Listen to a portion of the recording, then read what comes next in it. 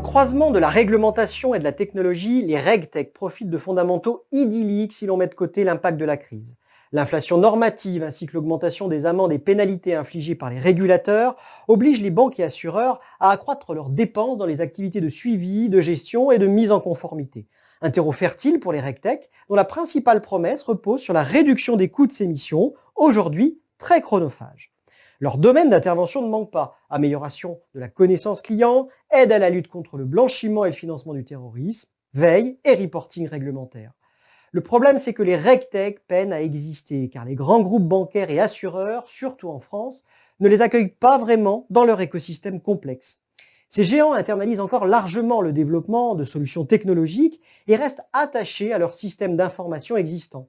Et puis leur lourdeur bureaucratique allonge la durée des négociations commerciales. Bien sûr, tous les segments de marché ne sont pas logés à la même enseigne. Les domaines de la connaissance du client et de la lutte contre le blanchiment et le financement du terrorisme apparaissent comme les plus ouverts au RegTech.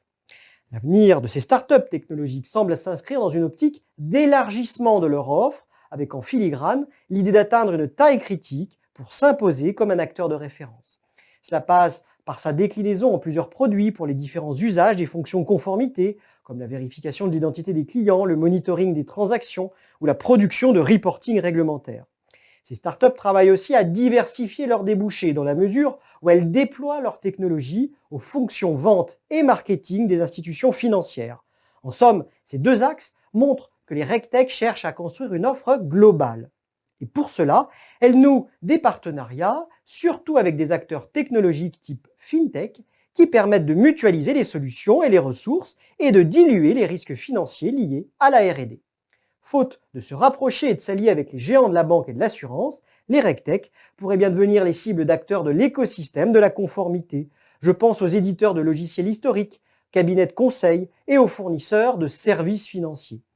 Le spécialiste américain de l'identité numérique, ThreatMetrix, a ainsi été acquis pour 830 millions de dollars par l'éditeur de solutions informatiques LexisNexis dans le but de construire une approche complète de la gestion des risques de fraude et d'identité.